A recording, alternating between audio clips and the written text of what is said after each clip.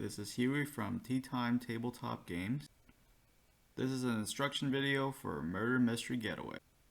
Set up the play area by arranging the big cards or play mats and the lock cards. Shuffle the suspect cards and deal them to each player face down. The card on the right is the killer. Don't let anybody see your suspect card, especially if you're the killer. Gather the morning, noon, and night clues.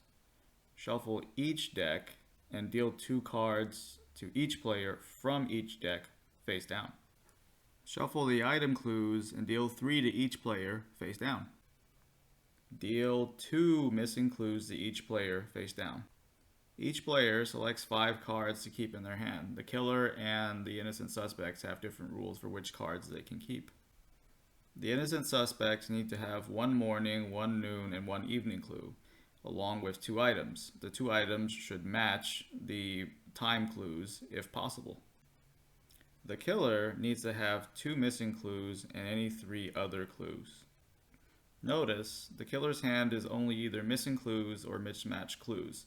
This will help the innocent players figure out who is the killer or help the killer frame an innocent player. The game is divided into rounds. At the beginning of each round, the first player picks a task. The innocent suspects try to accomplish the task. The killer may try to get in their way. If the task is complete after each player has taken an action, receive the reward, otherwise receive the failure. The first player of the next round is clockwise of the current first player.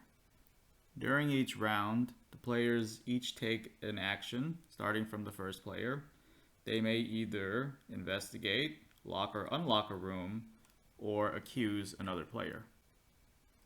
To investigate, draw 2 cards out of the investigate pile. The result of the draw is different depending if the player is the killer. Innocent players can only play the alibi card if they draw 2. Otherwise, they must play another card in their hand. The killer can play any card from their hand.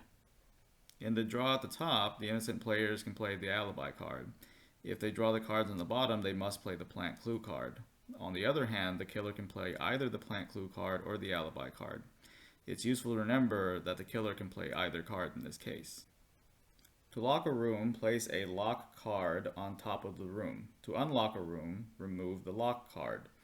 The left room is locked, the right room is unlocked. It's useful to remember that some cards require a room to be unlocked to look at the clues. Any player with no cards in their hand may accuse another player.